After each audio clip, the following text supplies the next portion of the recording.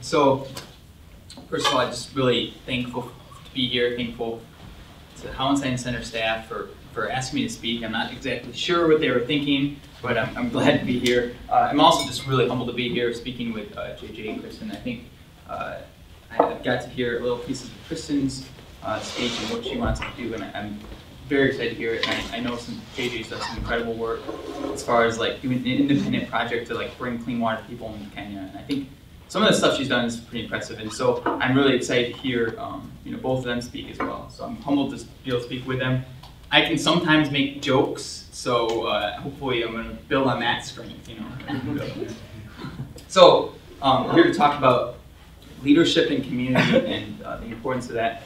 I think when I first was asked to speak on this, I got really excited. It's something I'm pretty passionate about. Two stories come to mind from my past, and I think the first one is definitely elementary school, which you guys are going to laugh, but I remember bullying being a huge thing in elementary school, and I remember my group of friends and the community I have there really just kind of put an end to that in a lot of ways. There was someone being bullied, we just weren't going to be okay with it, and so our community was tight-knit enough that we were able to stop bullying and be able to stop that. And I remember that from elementary school, and I remember some of the interactions that we had with these bullies or whatever, and picking on people with special needs or something, and we're not okay with that. And the community is really what helped solve that. Also, I think about last May, May 2012, my grandpa passed away from a battle with cancer, and I remember as he was kind of sitting in the hospice room, he was passing away. I remember my entire extended family sitting in the room, and I remember feeling like a very intense sense of community.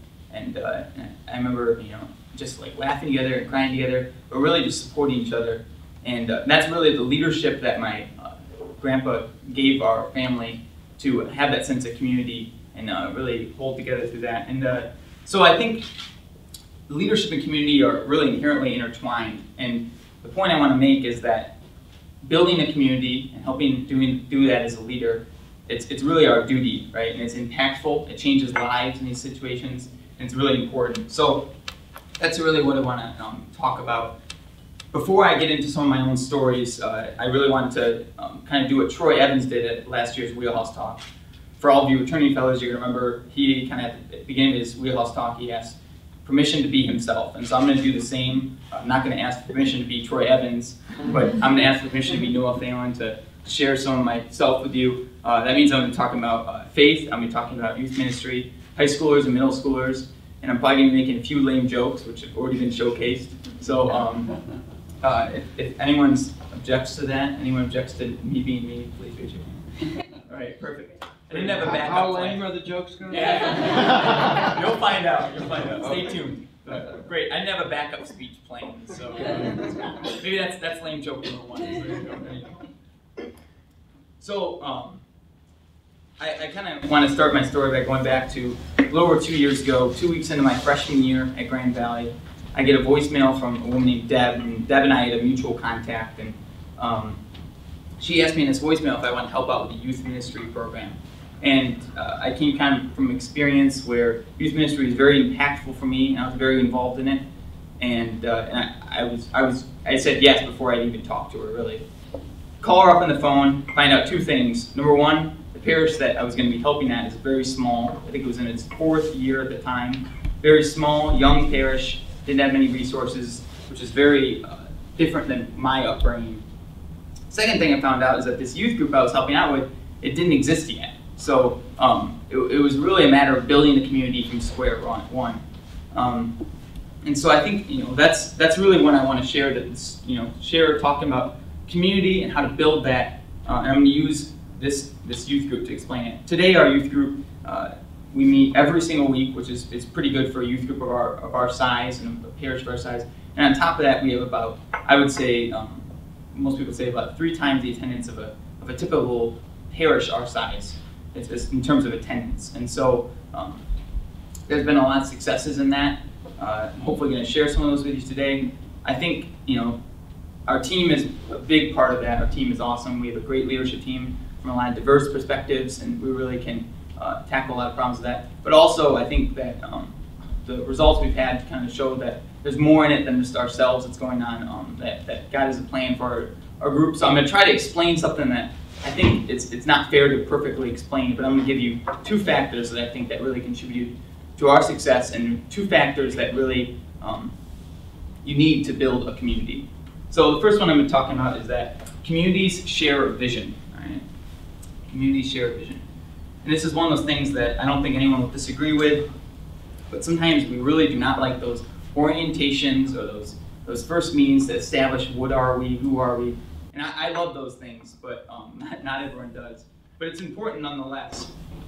And this, we share a vision in Cook leadership. We share a vision that we want to become better leaders. We want to serve our communities as leaders. And so we have ideas about how we want to do that. And if someone doesn't want to be a leader, or they don't want to become a better leader, it just wouldn't work for them to be in Cook Leadership Academy. And in the same way, our youth group had a vision, right? And so we had a lot of meetings, a lot of hashing out these details. It wasn't easy, but we kind of came up with a vision, right? And 2 things that we came up with were we wanted to build relationships with students, which is really going to be tied in my second point. And then the other thing we talked about is we wanted to empower students to become leaders. So that was our vision, and that vision it can be dynamic, but it also has to be shared with not only our leadership team at the time, but as people come into our leadership team, we have to share that vision, we have to inspire that vision in them, or else they aren't going to want to be part of our team. And then also we have to get the students to buy into our vision, right? We have to have them like what we're doing, or else they're not going to show up. So that's really important. So obviously, first point, share the vision. My second point about building community is to be intentional about building relationships, right? And I think this, again, like our last point, isn't something that people are going to disagree with. I don't think Joe's sitting in the front here thinking, all right, relationships, overrated, I don't need to get to know people, right? But the word I want to bring attention to is be intentional about it, right? We need to, when we have conversations with people, and when we interact with people, we need to be intentional about building a relationship. We have to do this in Cook Leadership Academy. If I want to make a connection with a mentor, I have to be very intentional about it. And hopefully they're intentional as well. And it's got to be very mutual in that regard. But I have to be intentional in order to build these relationships. It's a very important part of it. And so, this is also very important in our youth group, right? Just building relationships and being intentional about it. And I do this with a couple different groups of people. I do this with people on our leadership team. And that happens in a variety of ways, but I also have to do it with students, right? I have to build relationships with them. Maybe that means that I stay really well up on my high school football, so I can talk to Heath and say, hey Heath, I saw that, Allendale right now, who are they playing in the playoffs next round? Like, how'd they lose to Comstock Park? Like, what's going on there? And so, you stay updated and that kind of stuff, and it goes on a deeper level than that as well. But you have to build those relationships. It's a very important part of youth ministry and building a community. And then one thing we do in youth ministry, and anyone will do, is to make people build relationships, we make people comfortable, right? The difference in youth ministry is that sometimes to make people comfortable, we make them extremely uncomfortable, right? We put them in situations that they are not comfortable with at all. And so I want to talk about one activity we did. We called it our grab bag skits, right? And so for any of you who don't know what that is, it's kind of like Whose Line Is It Anyway, but not for professional comedians. So we gave kind of the high schoolers and then the adult leaders a bag that had props in it, it had a line in it that they had to use, and then it had a theme that they had to incorporate into a skit, and then a parable that they had to use.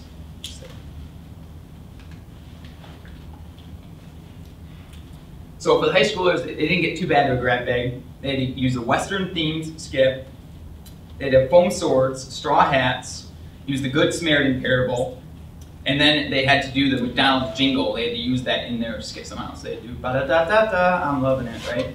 So they had to incorporate all this in their skit. So it's, craziness. But they're high schoolers. They're used to that. They're pretty good at that kind of stuff, being goofy. The adult skit, they had to do the story of the prodigal son, right? And then, so that's basically the story of the Bible where, son spends all of his father's money and then, comes back asking for mercy. And they had to do this in M&M costumes, right? M&M candy. And then they had to wear plastic knight's armor. And then they had to do the theme gangster, right? And so I caught a behind-the-scenes look at them, and I got it in film, but I'm not going to show it for their own sake, but of them talking about what gangster is, and that was just hilarious. All these adults talking about what that is to them, and they had to decide in their group whether or not they wanted to be what they called gangster rap or like the old mob-style gangster. So I thought that was pretty funny, but it was just, as you can imagine, that skit was just ridiculous. And on top of that, they had to add even more awkwardness to it all, they had to yell the line, "I wish I were an Oscar Mayer wiener," right, from the Oscar Mayer jingle. And so, just absolutely and terribly uncomfortable and awkward. So you're probably wondering three things, right? You're probably wondering, how does this make people comfortable? You're probably wondering, how does this build relationships, right? Get back to point number 2. You're probably wondering, why did they ask Noah to speak here today? So, I can't answer the last question, but I think in terms of the first two, I think being goofy and getting out of our comfort zone is a way of humbling ourselves and letting ourselves play on the same level, right? It means that I can talk to you as equals, right? We're both being goofy, we both lost all of our dignity, and so we can talk on the same level. And the adults were obviously more out of their comfort zone by doing this. And by doing that, they showed that they care. So they can sit there with high school students, and high school students can watch, sometimes with their parents, and say, "Wow, they're really going after this," and they can appreciate that. So, the aftermath from this, I got a lot of emails, and they were positive emails, which was kind of surprising. I was sitting there in the skits and thinking, "Oh man, this might be a train wreck. This is really awkward." And I got a lot of emails, and people were saying, the adults were saying things like, "Man, I was not sure what you were doing at first, but I think it really did a lot to bring our group together." And so it did a lot to build relationships, that they said. So in summary, it built relationships. And so, excuse me. So in summary, point number 1 is to share a vision, right? Groups need to share a vision. And we do that in the Cook Leadership Academy. Did this with the youth group. So I just challenge you to think about the groups you're involved in, from your families, your living situations, to maybe a study group even, and just think about the vision you have for the group, right? And think about, are you sticking with your vision? Do you have a vision? How can you build on that vision? And so I just challenge you to share that vision. And then step 2, I intentionally build relationships. And so I challenge you to do that and be intentional in all these situations, right? Does that mean in your study groups, in your classes, in your living situations, families, or even on the bus, right? Be intentional about building relationships. I think that's really important. And as we saw from this previous example, if you show people that you care, it usually works. It goes a long way to build relationships. And so my challenge is to make these two things happen, right? I don't think anyone would disagree that having a shared vision or building relationships are good things, but I think sometimes we just forget to make them happen. And so be intentional about making these things happen. And I just want to go back to the first 2 examples I had in terms of back in my elementary school days, and then also with my family, and both these situations in terms of bullying and then also for the loss of a loved one, they're pretty serious situations, and community was a serious solution. So I think it's time we get serious about community and leadership. So thank you.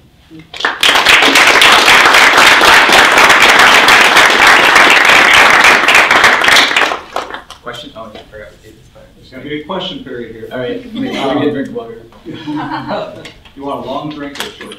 Long question or short? Well, it depends on whether or not how hard the question is. No, you've given 3 great examples of community building.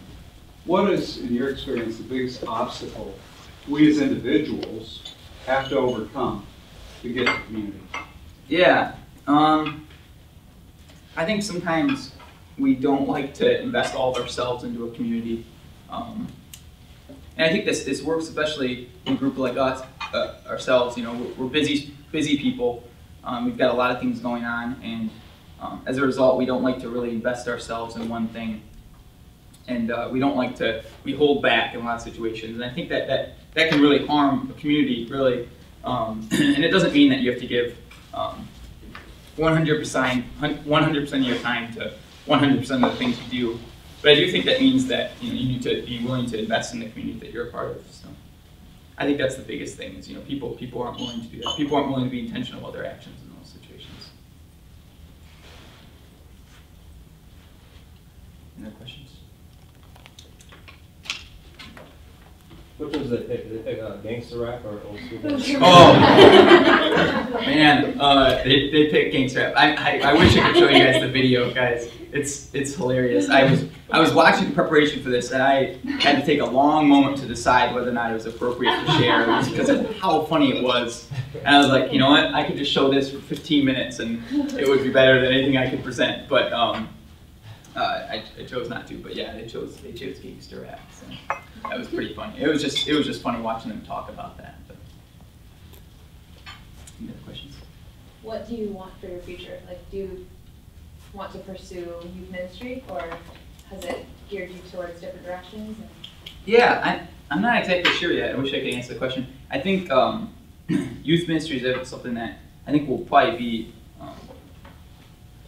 in that sort of way, it will be part of my life, for the rest of my life, no matter what I do. I mean, at this point, I'm a youth minister on a volunteer basis, right? And that's what I've been for the last 7 years or so. And so, and I think that I'll continue doing that as long as I'm available to do so. And I think that's important.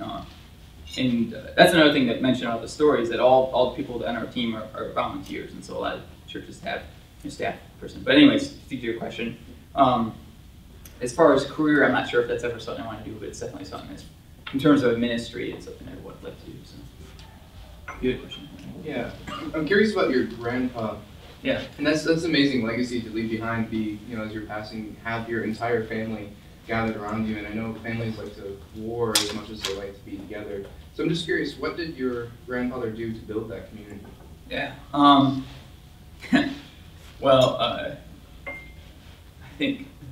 The first thing that came to my mind when you said that was my grandpa wasn't a talker, and so he let people like me or other people in the family talk and build the community, like talk ourselves. So I think that's one thing he did to build community. It's kind of funny, but I do think my grandpa has quite the legacy within the community that he was from, both in the city of Fowler community and then also just in our family, as being a man of integrity. And I think the commitment that him and my grandma have to each other, or had to each other, I think that was something that really was the core of our community as a family. And so I think that's the biggest thing, is the commitment they have to each other, and the importance they put on their community, right? The significance they put on it, and how much it mattered to them.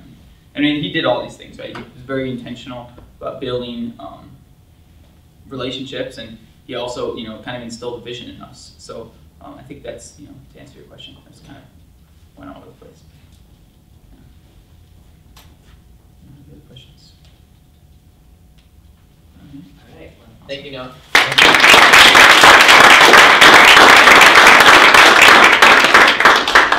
Go ahead.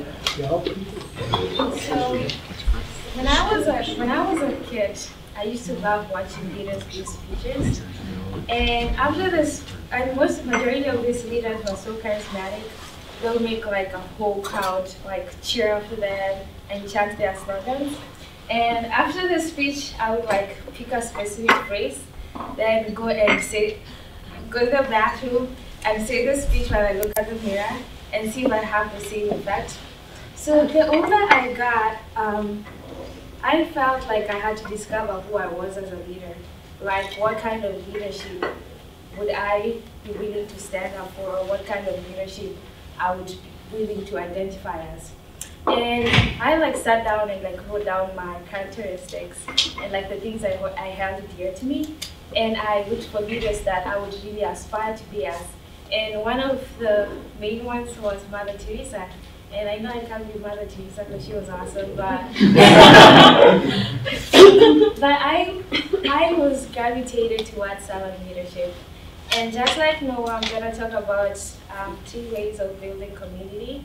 And I'm gonna use building bridges, reflection, and what's the first one, sorry, and breaking barriers. So I am gonna start with, I'm gonna use my experience in South Africa because I went for 6 weeks there, and I worked with an organization called Shoko, and it's an organization that works with community members in South Africa in terms of like making sure that the township kids get education because they don't really have access to tutors or teachers as compared to the kids in the city. So before I went to South Africa, like going back to like my charismatic leadership that I saw as a kid, I thought that I would get there and make these kids love me so that we could play like from the beginning to the end, and like teaching them would be so easy. But when I got there, it wasn't as easy as I thought it would be. And I remember the first day when I was assigned like my students, we barely talked, and I'm like, what happened to me? It's like, how comes everything seemed easy as I was coming here, and like this is the situation that I'm facing now, and I wanted to like deal with it because I was gonna spend 6 weeks with my student, and I really wanted him to like learn, and I really wanted to like learn his culture, and I also wanted to teach him English and math, and I also wanted to probably get something from him so that I could be able to use it in my life. And the first thing I remember that night, I was thinking of what were the things that made me what are the things that did not make me relatable to him? Because he's a 5th grader, I think he was around 11 years old. So I was looking for things that I could able to relate to in his own level. And that was breaking barriers. So I had like my own privilege in the sense that I was like a pre-med student studying in a school in America. I went to a good primary school and a secondary school back in Kenya, and these were not the same things that he shared with. So I decided to like put all that in a small bag, lock it up and leave it in my apartment. And the next time I went to like meet my student, I went as I am. It's like I went with my own character, like the real self. And that really made a huge difference on how I could relate to him, because we found something common to talk about. And as much as my experiences were not exactly as his, because we were both familiar with poverty, like getting to know something different other than what I expected, like leaving all the things I initially had behind and just willing to learn at his own level was something new. And that helped me build a community, and that helped me like learn about him. So the next thing I'm going to talk about is building bridges. And one thing about building bridges is meeting people where they are at. And one activity that we did, as you can see in the pictures, was like we had to like paint t-shirts. And actually he's called Anis Fisher, and he wanted to be a soccer player. Most people, okay, back in Africa, all of us love soccer like football. So we are more like gravitated towards like European football teams. So that was like one of his dreams. And an activity we did was like to try and actualize your dreams in an activity, like painting them out. And this is what he chose. And for me to be there and actually do it with him and give him that time, it's like it's not really about me at that point, it was about him, and just making him see how much I valued like his contribution and like what he was doing. That really gave him like courage. It even made him open up towards me. It even made him tell me things that I never thought he would tell me. And like one, I could show you like my best, one of the best activities I did with him. This is my digital story. So it's like I got to like write down what I wanted to do with my life, and he got to write down what he wanted to do with his life, and we had to like put pictures. So this is like he's a soccer, and like I felt so many times you have things that you think about and they might seem they don't really seem tangible. But I feel like the fact that somebody can even think that they could get there is the most important one.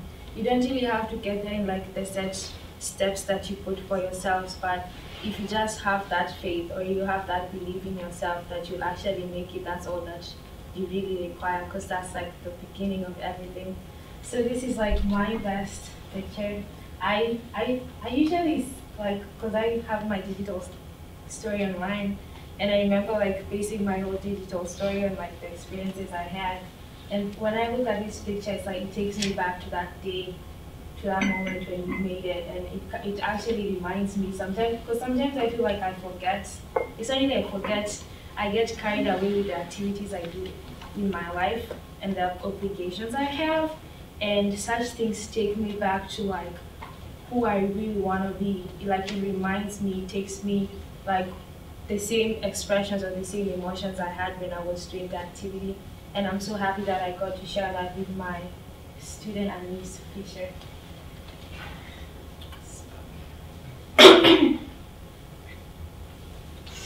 So the last thing I'm going to talk about is reflection. So for 6 weeks, I used to come back to my apartment and think about the things I did, the things I would have done better, and the things I'd want to do the next day. And I feel like if you don't reflect, or if you don't come into terms with the things that you probably wouldn't have come into terms with in the course of the day, you can never really grow. It's like you have to push yourself to get there. You have to push yourself to learn. And one way, or the best way to do that, is through reflection.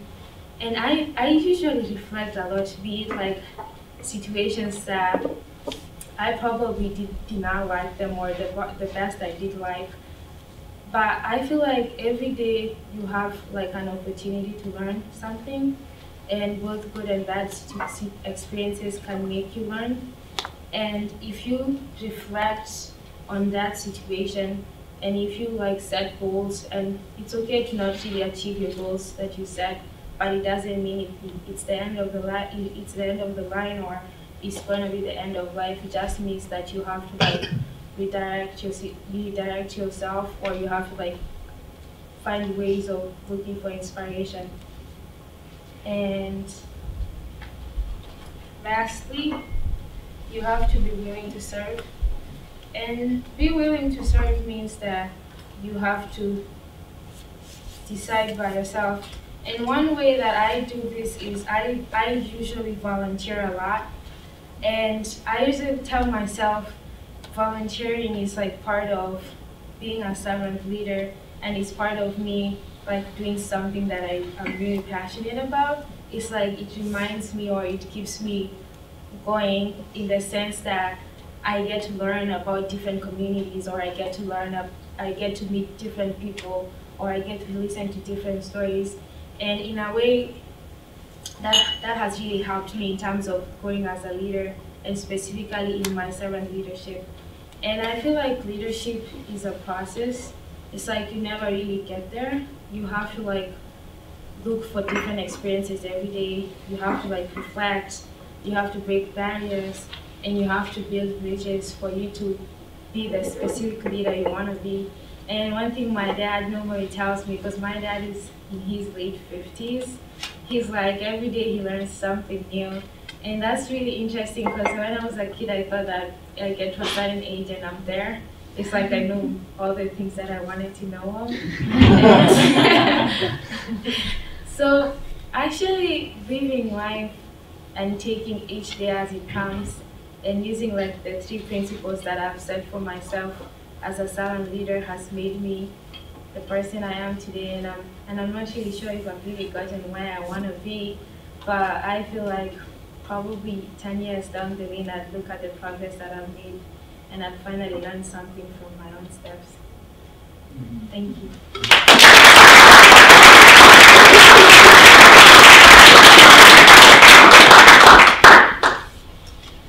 If you have any questions. What was the biggest challenge for you when you were staying in Africa? Like in Kenya or South Africa? Yeah, well, South Africa. Both of them? Yeah. Um, I feel like realizing that in the sense of poverty or in terms of lacking something, they are not entirely the same in both countries. Like for example, in Kenya and South Africa, and there are some of social issues that affect how you like relate to stuff. And for example, in South Africa, they had like a shortage of educators, or they didn't really have as good schools as back in Kenya. So I felt like I had to like be in a set of mind to like take South Africa's experiences as South Africa and not necessarily as Kenya.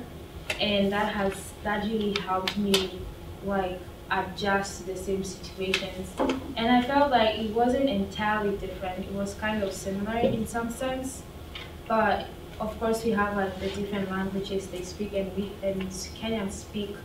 But I felt like if you tap on like spending time with the individual, because I feel like most people think majority of Africans need money, or not really need money, it's like they always need help. And I felt like you spending your time, or you sacrificing your time and showing them that your time is with them is as important as you doing your daily activities elsewhere. I think that was like the most important one.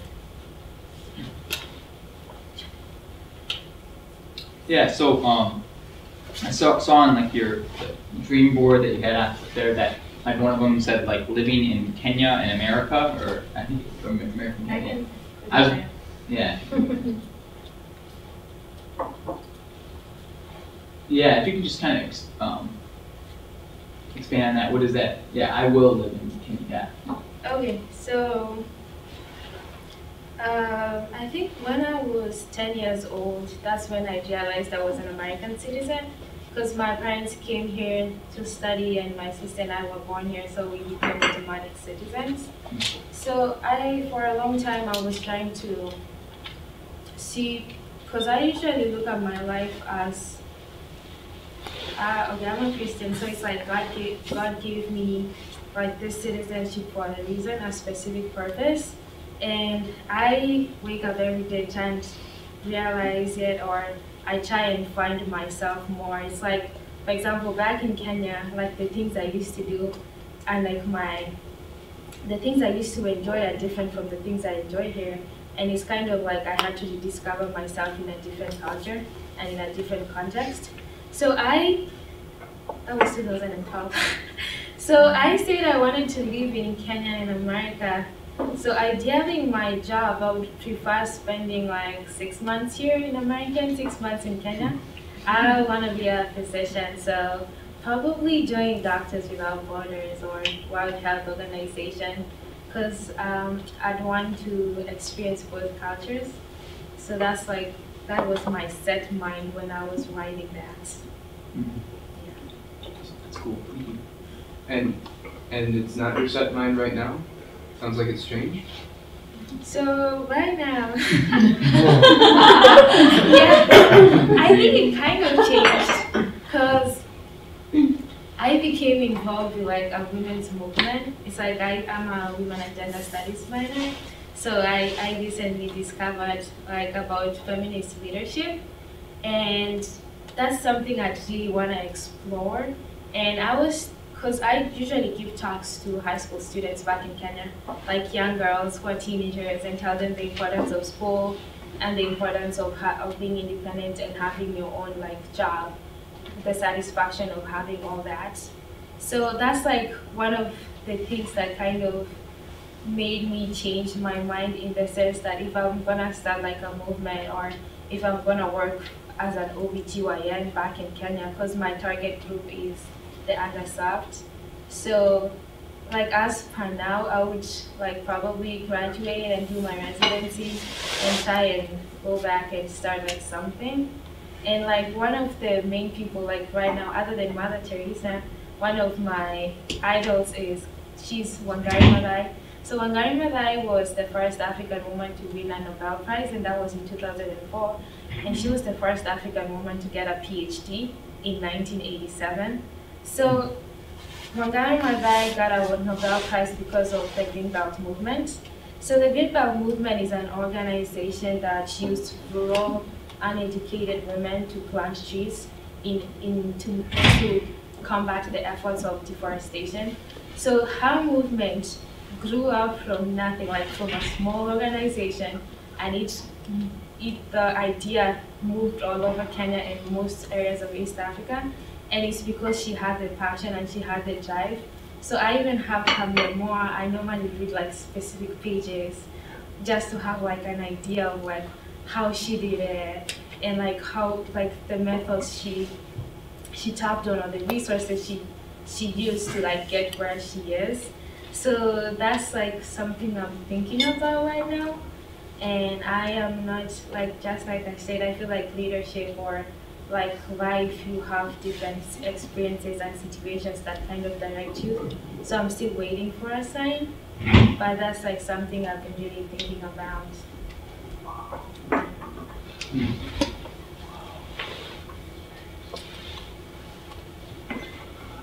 Any more questions?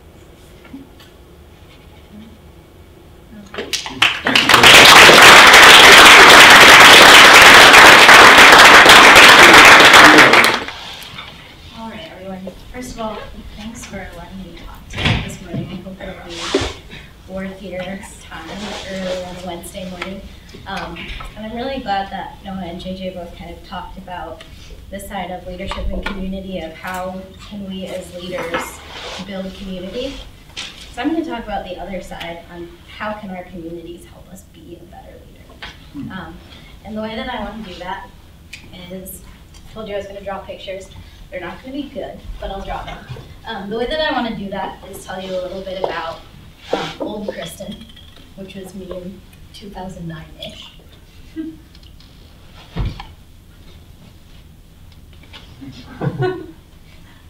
I still have glasses. And Kristen. New. This is me now.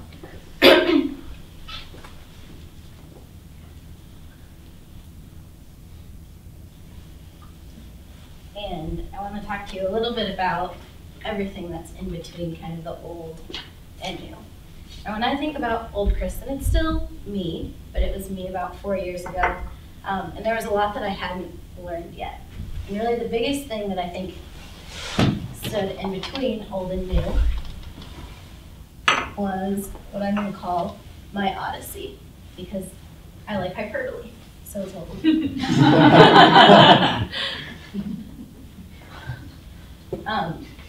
And before I really get started diving into this, those of you that know me well know that I love to read and love books. And if you don't know me well, the glasses probably give it away. So when the Hauenstein Center staff asked me if I'd be willing to speak, the very first thing that I did was turn to one of my favorite books about leadership, which is Let Your Life Speak by Parker Palmer. And I found a passage from his chapter, Leading from Within, that I thought really applied to how I want to live leadership in my life. So I'm going to read that to you and just kind of keep it in mind as I'm speaking. He says, from the depths of depression, I turn now to our shared vocation of leadership in the world of action. This may seem more like a leap than a turn, but none of the great wisdom traditions would look upon the segue with surprise. Go far enough on the inner journey, they tell us.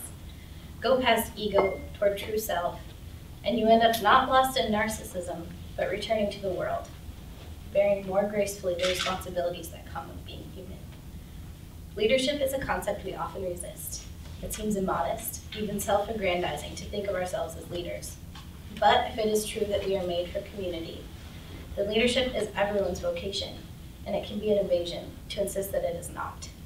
So when we live in the close-knit ecosystem called community, everyone follows and everyone leads. So the thing that stands out to me the most from that passage is when he talks about the responsibilities that come with being human. I really like that he says that leadership is one of those responsibilities. And to me, that just says that it's not something for just me to think about. It's not something for just you or maybe everyone in the room but you to think about. It's something that we all need to think about as leaders. And And so I think that I'm kind of on my journey of discovering who my inner leader is, as I think we all are. But for me, the biggest kind of aha moment was realizing that Kristen as the leader doesn't have to look the same as Rachel as the leader or Evan as the leader. It gets to look different for each one of us, and that's a really great thing. But I think that something that we kind of all have in common as leaders is that there are 3 themes that we really need to kind of keep in mind as we're growing that can help us be our best leader. And since we're on the hyperbole train with my Odyssey, I think those 3 themes can be our epic battles.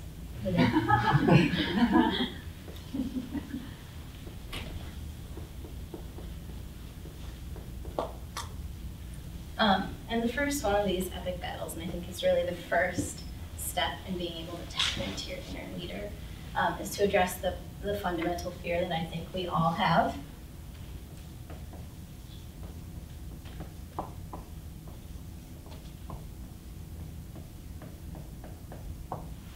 Which is that I'm not worthy of calling myself a leader. I'm not a leader. So I'm going to back up a little bit and tell you about how I kind of engaged in this epic battle myself. So we have old Kristen here. And for those of you that haven't heard some of my story, when I was an undergraduate student, I actually was studying interior design and wanted to work in an architecture firm, and that was my goal. And I also was kind of a jerk, I think. I kind of wanted to achieve things on my own. I wasn't really interested in being a part of a team. And I didn't necessarily think that I needed community to be able to achieve what I wanted to achieve. But I made kind of a strange decision as I was getting ready to graduate that I'm really glad that I made. And that was to sign up for a year of service with AmeriCorps Vista after I graduated. And so that meant that I was signing up to be broke and scared for a year. I had to move across the country, moved to North Carolina, Charlotte area, where I didn't know anybody. I mean, I was like totally alone. Enter this epic battle. I was hired to develop a green building program for a Habitat for Humanity affiliate in North Carolina. And when I got there, they essentially said to me, we want to build green homes. You're the expert, go. So I stopped and, I'm the expert? Have you met me? So I'm this scared kid, right, just out of college. And I had to learn all of a sudden, I am an expert, or I can be. I know a lot about this topic. I know more about it than anybody else in my organization, and they're relying on me to do this job. And so it didn't mean that I had to have all the answers. Just meant that I had to be willing to show up. I had to know that I could do the job and that I was willing to take on that role.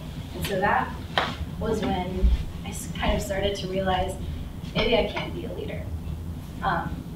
And I'll admit that it's not the kind of battle that once you've won it, you're done. I think that this is something that comes up all the time. I still experience it.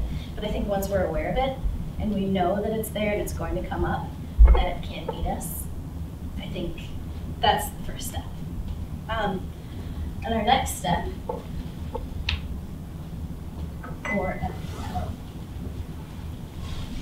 I mentioned that old Kristen felt like she could do pretty much whatever she wanted by herself.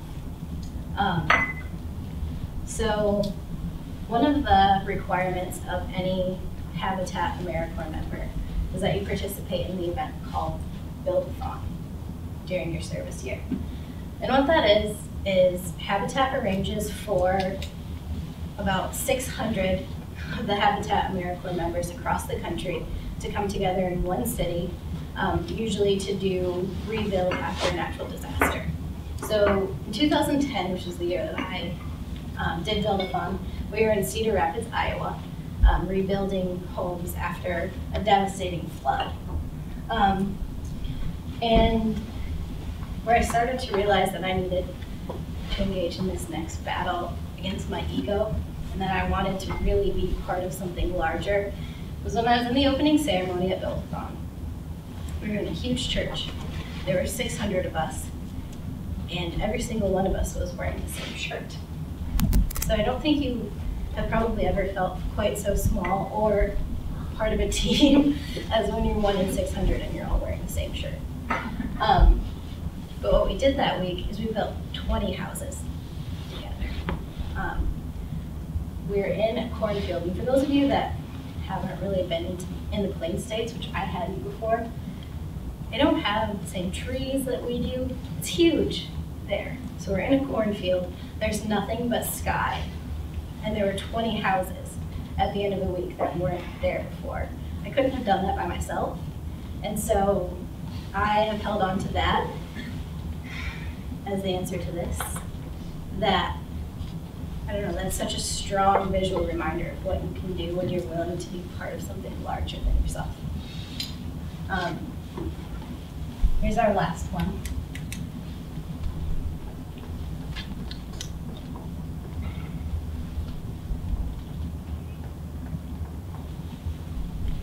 And I don't really mean that you have to battle your inner self, just that you have to be willing to come to terms with your inner self, and sometimes that means battling the things that are standing in between us and ourselves. And for me, what really kind of broke down those walls, or what I feel like was standing in between me and getting to know who I really was some grief and some joy. I lost someone that was really close to me, our construction manager at Habitat, just about a year, maybe a year and a half into my time of serving at Habitat. He and I were really close, and to see his service come to what felt like such an abrupt end was really difficult. My mom was diagnosed with cancer not long after. She's cancer-free now, so that's a celebration. And a close friend of mine was diagnosed with a terminal illness. So I think when you have certain things that you've hung on to be taken away from you like that, this is kind of what you're left with. But I had some good things happen too. I got engaged, and I have the second half of my last name. A great guy. I met some wonderful people in North Carolina, and I felt like I really was part of a community. And so knowing yourself is really how you can know what you're able to offer to a community. So when I say old and new, this is really all the same person.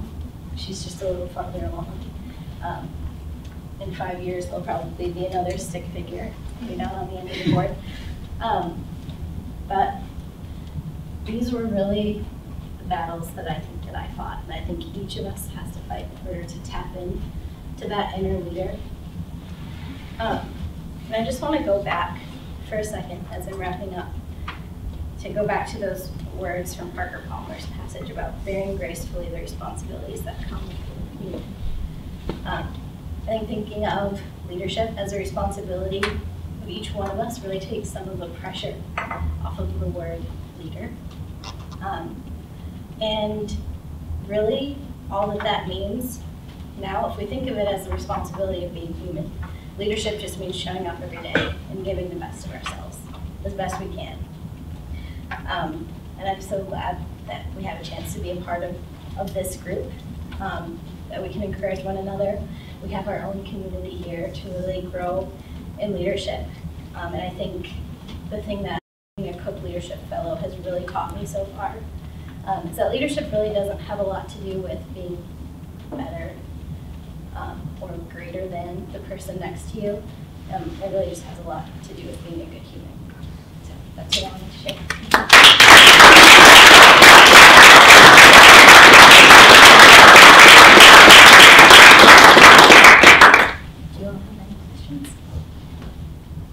I just find it so interesting that your first epic battle is I'm not worthy, and your second one is ego. And they seem like they can't happen at the same time, but I don't know, I feel as when I step in leadership positions, it's like, oh, I'm not worthy for this position. And then I try to slide over into I'm going to be the decision maker and I'm going to tell people what to do. And can you touch on that and how they're different and how you have them at the same time? Sure. Well, I think just about everybody that strives to be a leader has probably battled with both of these and probably continuously battles with both of these. For me, I think they might even be tied to one another. I think our ego can tell us this. Because the ego isn't necessarily always about, puffing yourself up.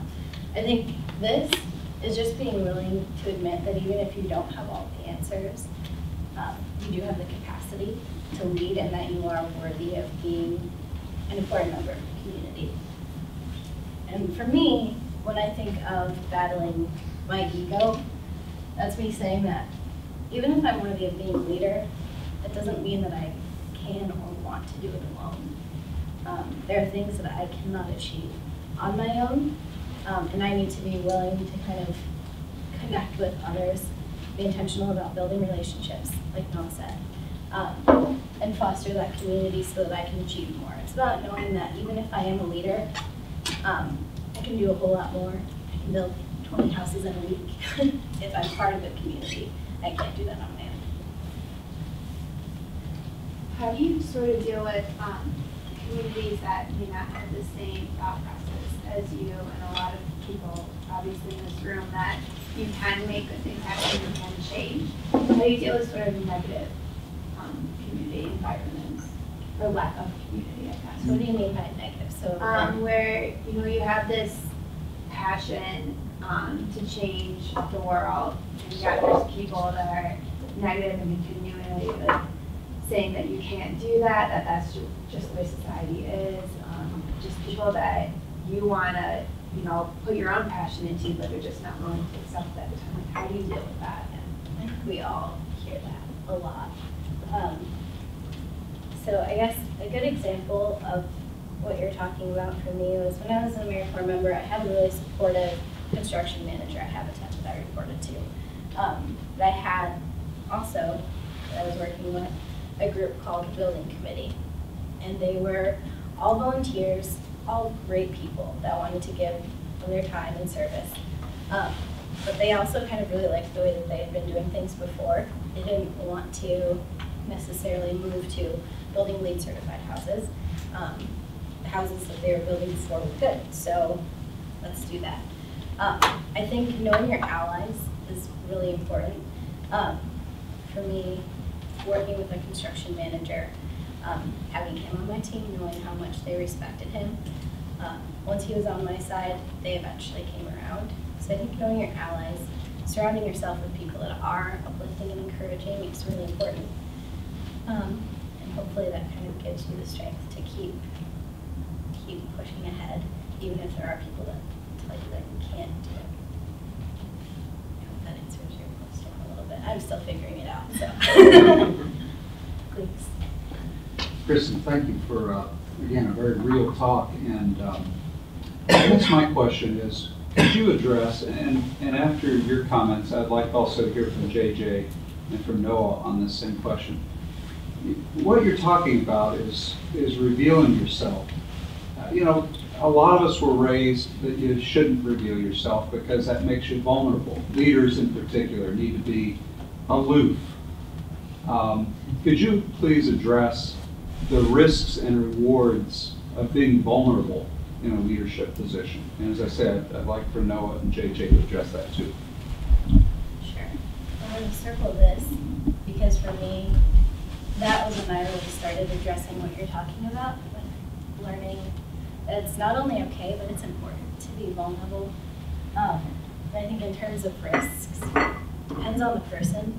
For some of us, it can just be completely emotionally draining to try to be vulnerable. For some, maybe this is on the line if we're vulnerable. But I think in terms of reward, I was talking about building allies just a minute ago. I think so much of leadership is establishing trust within your community, and if you're not vulnerable with the people that you're interacting with, why would they trust you? You're not totally human to them. And so I don't think that you can be a really effective leader without really building up that trust. And I think that takes being vulnerable. And it doesn't mean you have to just, air your dirty laundry for the entire world to see. It doesn't mean you have to leave yourself totally unexposed, but being intentional about being vulnerable with your team, with your community, is really the path to effective leadership. So I'll let Noah and Jay.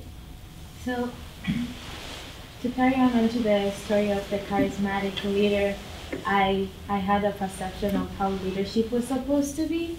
So, after watching, she's called Brene Brown, like after watching her talk on the power of vulnerability, I realized that this is something I've actually been doing for myself in the sense of servant leadership.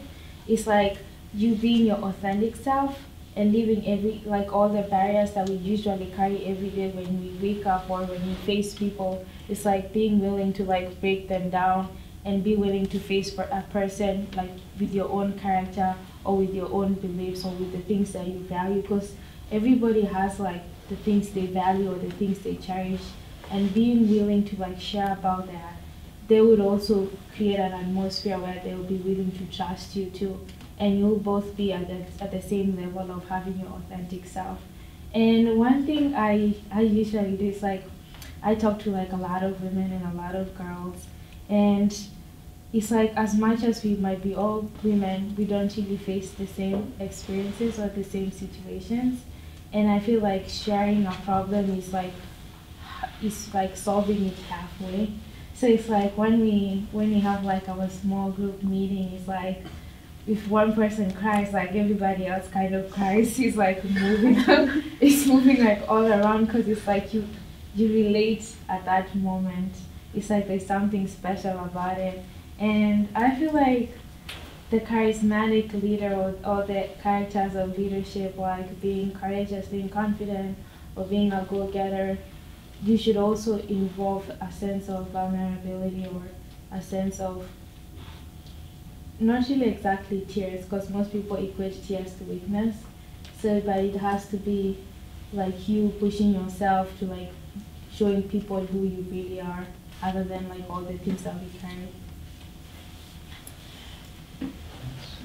Yeah, so you asked the question too about what can hold people back from, who can hold communities back, people engaged from that, and I think that ties into it. I think vulnerability is a sign that you're committed emotionally to a community, to a group of people, and I think that sometimes a lack of that is sometimes a sign of a lack of emotional commitment to a group of people.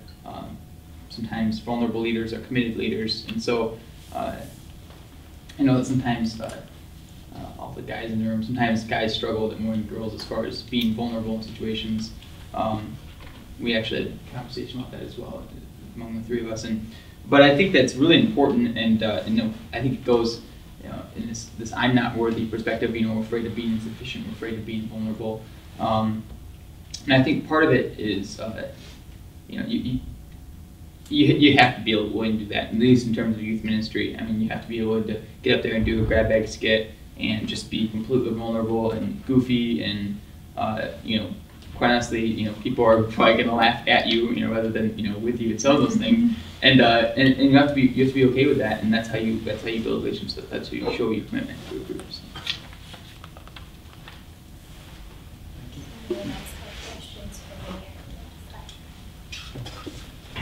Can I make a comment, please? Absolutely, please.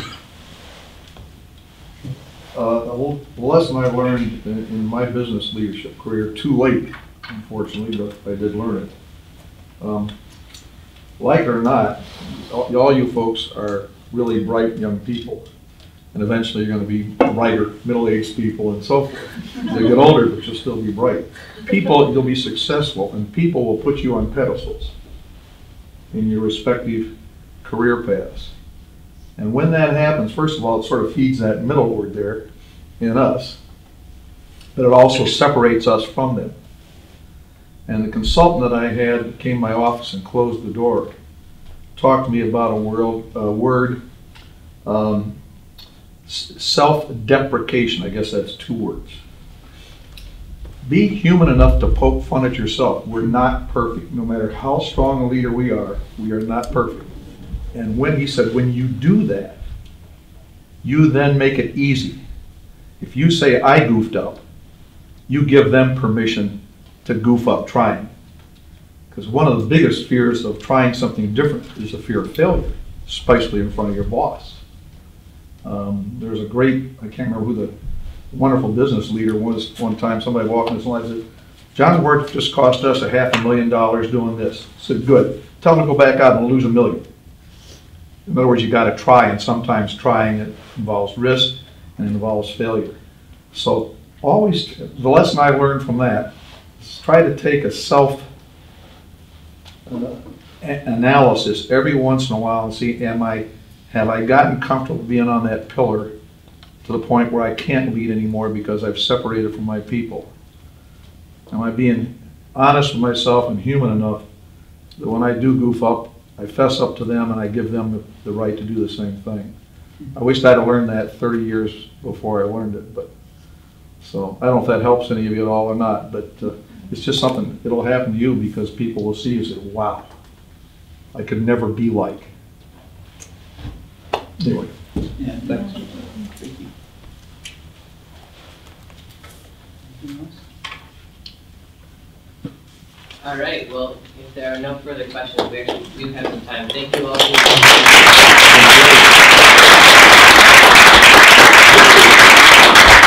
And then in addition to that, we actually do have time for Gleaves Whitney to give us a leadership lesson. So, Gleaves, if you'd like to take it away. Well, thanks. I tell you, after following those 3 stories, I'm going to keep mine relatively brief and just one vignette that addresses the idea of community, vulnerability, a charismatic individual who made a decision over a 3-day period that changed everybody's life in this room. One of the reasons I love history is that I get to read about other people's private lives. I get to be Snoopy because I get to read other people's letters and what they said. And the scene that I'm going to paint for you is one of the most, in some senses, private scenes in American history that's occurred that's still yet historical. It had a great historical impact. I'm going to take you back to the year 1783. I'm going to take you back to a person everybody in here knows, George Washington. I'm going to take you to a time when he chose to be vulnerable in a way that he had never done before, took a great risk with his own personal leadership, his reputation, and took a risk with our country. And he won the gamble. If he had lost the gamble, we wouldn't be in the United States of America as we know it. This is the background. And all this ties into community. In fact, when we first met with Noah, JJ, and Kristen, I knew this was the story I wanted to share with you all, because it has so much to do with the ability of an individual to forge a community. The background is that the United States had basically won the war against the British in our War of Independence that had been going from 1775 all the way to 1781. And there's that big battle in Virginia called Yorktown. We whipped the British, but the British wouldn't leave New York. They hunkered down there. And Benjamin Franklin's over in Paris. We're trying to get a peace treaty at this very vulnerable time in our country's history. And put yourselves, this is what history requires us to do, put yourselves in the very vulnerable position that the men and women who had been fighting the war were in. For 8 long years, 1775 to 1783, crops weren't being harvested, farmhouses weren't being repaired, children were not being schooled at home. It was a difficult time. You had the soldiers out in the field, and you had the camp followers, and I know, camp followers has, people think prostitute. Don't. In the American Revolution, the camp followers were the families that went with their husbands and brothers and fathers and sons, because they knew they had to fight this epic battle, this odyssey that our young country was on together. So the whole family would go to these things. So for example, when you hear about Valley Forge, that's not just a bunch of soldiers. It's the whole family, the American family, that's being born at this time. with shared sacrifice and shared values. Well, the fighting had quit basically in 1781, and so they'd been sitting around for a year and a half. And they're saying, why are we stuck just north, here on the Hudson River, just north of New York City? Why can't we go back to our farms? Why can't we go back to the life that we fought this darn war for? The lives that we think we in freedom should be able to live. And Washington had to keep people there in place and urge patience, just a few more months. But the country was about to fall apart. And in fact, it got so bad that at one point there was a cabal of officers in March of 1783 who started talking about revolting. This would be like a military junta. And what they wanted to do was basically make George Washington a king, march on Congress, and demand that Congress give them all their back pay that they thought they deserved, and they most certainly did, from all of the sacrifice that they had endured to that point. But Washington knew that if they did that this experiment called America would totally fall apart, and we'd be like every other country that had ever existed, that had tried to found a republic. Britain had tried it, England in particular. Cromwell was the head of a republic in the 17th century, and it falls apart into a military dictatorship, and America was going down the same path.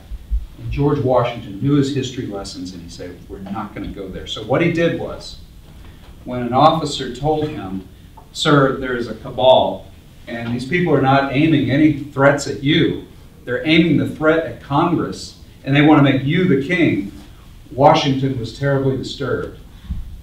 He said, so he asked the officer, when's the next meeting of these officers, that they had not shared this with him. He finds out. And so he walks into the meeting, unannounced, and he says, in essence, this talk is going to stop. I will court-martial anybody who is caught talking this way anymore, and we're going to meet in 3 days. The timing was brilliant. 3 days was the Ides of March. Now, everybody in that room knew what the Ides of March was. Think back to your Roman history, since you started us on a classical theme, Kristen. The Ides of March was the day Julius Caesar was assassinated on his way to the Senate. So assassinated by Brutus, who was considered a hero to the American revolutionaries because they killed a dictator in the making to restore the republic. Washington knew his history. He knows the big theme here. How do we restore the republic that is in danger of unraveling really fast?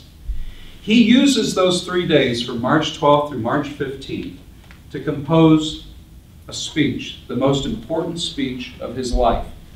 You can go fast forward, you can look at his first inaugural address, you can look at his second inaugural address, you can look at his farewell address, but this was the speech that had to keep this company of men together, because if they break apart, America is finished.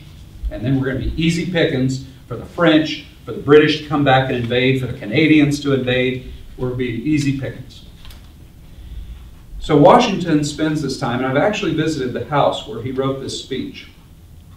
And he secluded himself in a room that had just a small window and a little fireplace. And he could look at the hall where he was going to talk. Now let me just tell you something about George Washington, something you don't know about him. George Washington was, well, there are two things. One of them's kind of fun. He was a car guy. Can you imagine an 18th century car guy? But he enjoyed very beautiful carriages. He was a great horseman. That tells you about the second thing I'm going to say. It tells you that he's concerned about appearances. And the 18th century is very important to appear a certain way. And this is why in all the portraits of George Washington, he sticks that leg out. You know, nowadays, you know, we're only interested in women's legs in advertising, that kind of thing. In those days, it was men's legs, because men were horsemen. And so all the portraits you see of Washington with that thigh sticking out like this and his sword, that's to impress men that he was a great horseman. He had the legs to ride a powerful horse. And he was. But what it also tells you is that he was really into theater. I mean, he would have really been into the Shakespeare that we see out in Allendale, or Breaking Bad, or Dexter. He kept up with all of the theater trends. And his favorite play, it turned out, was about a Roman Republican called Cato the Younger by Joseph Addison, the 18th century. This was a hot play in its time. This would have been an Emmy Award, would have won Tonys, Emmys, Oscars, whatever the medium, this play would have won. The play is about a man who is willing to die for the sake of his community.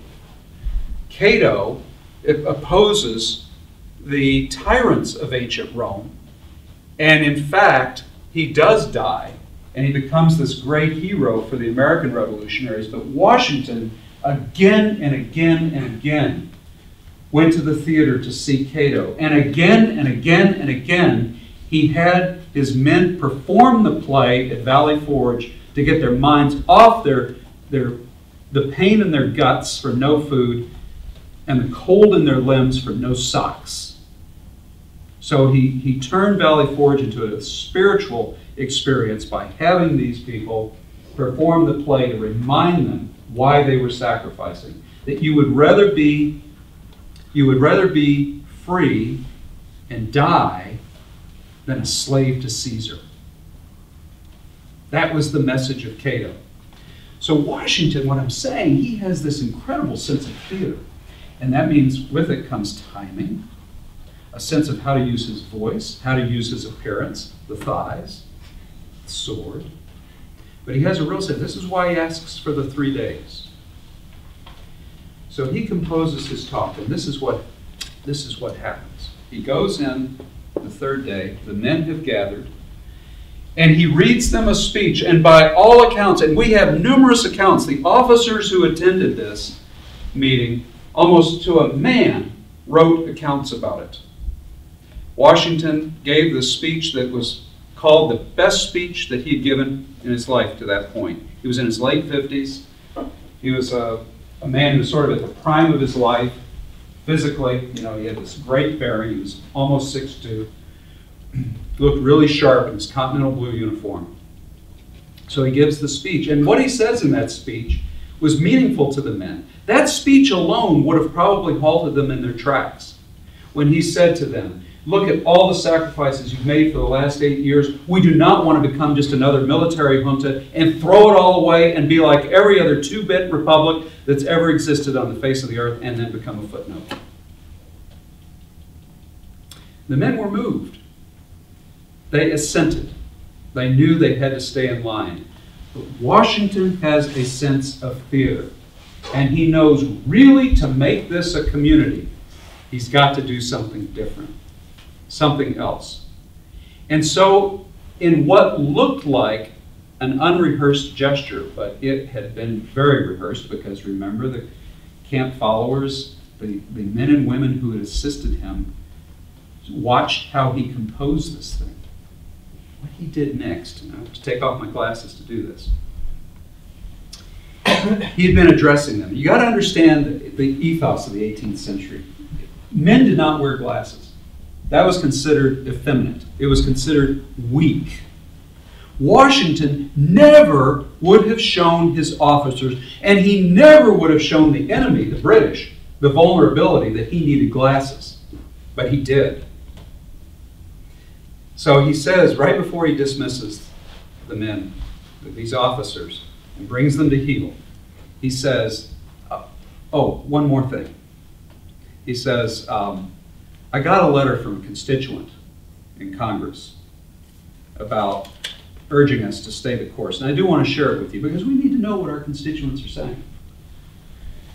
And he says, my dear sir, and he starts to struggle with the reading. He pauses. He takes his glasses that none of the officers had ever seen, didn't even know he wore them. He says, gentlemen, I must beg your forgiveness. I've grown old in your service, and find myself going blind. He puts on his glasses. Now, what happens next? You think I'm making up, but this is in the historical record. Every officer there reported their eyes filled with tears. And some of those tears, the longer they stood there and thought about what was happening, some of those tears started to roll down their cheeks. And then there was a muffled sob here, a muffled sob there. This was unbelievable because all of a sudden, and Washington knew the effect. He was a theater guy. He knew that if he, the big charismatic alpha male, if he showed his vulnerability, was willing to put it on the line for them, that they would say to themselves, we understand what this man has gone through. And what they report is really akin to a response of love toward George Washington for all that he had sacrificed, because they realized that they had gotten their very pay from him. It was Mount Vernon and the earnings at Mount Vernon that paid the officer corps. He had sacrificed more than any of them. So if he were willing to hold this country together and to resist the urge to do what every other dictatorship had done throughout the course of history, and to do something new in human history, not to march on Congress when he had the power and the army to do so. If he could resist that, who had sacrificed so much, surely they could as well. Well, you know the end of the story. The army held. It held its place in Newburgh, New York. You can visit it to this day. It's a state park on the Hudson. It's beautiful, beautiful place, surrounded by mountains.